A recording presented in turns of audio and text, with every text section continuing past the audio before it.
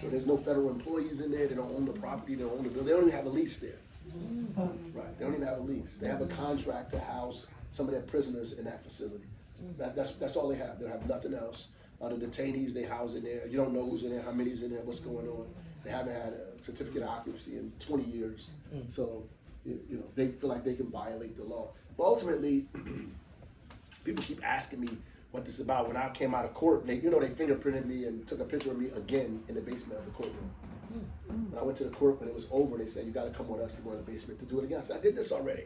They said, well, you got to do it again.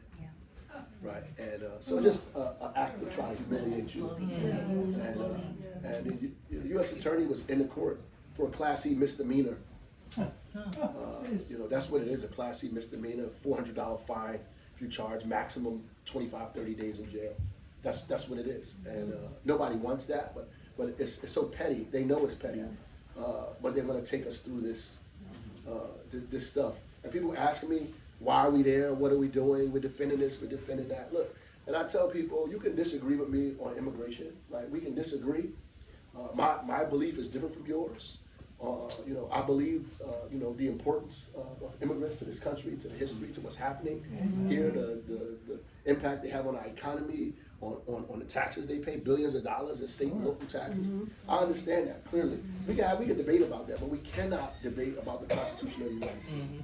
Right. And so you're saying that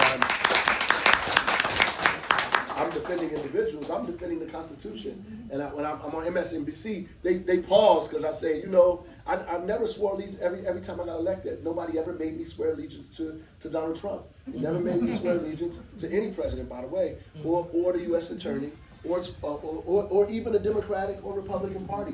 They tell you have to swear allegiance to the Constitution of the United States and the Constitution of the state of New Jersey. That's it. And at the end of it, they say, so help me God. Right? That's what it says. That's my oath. Right?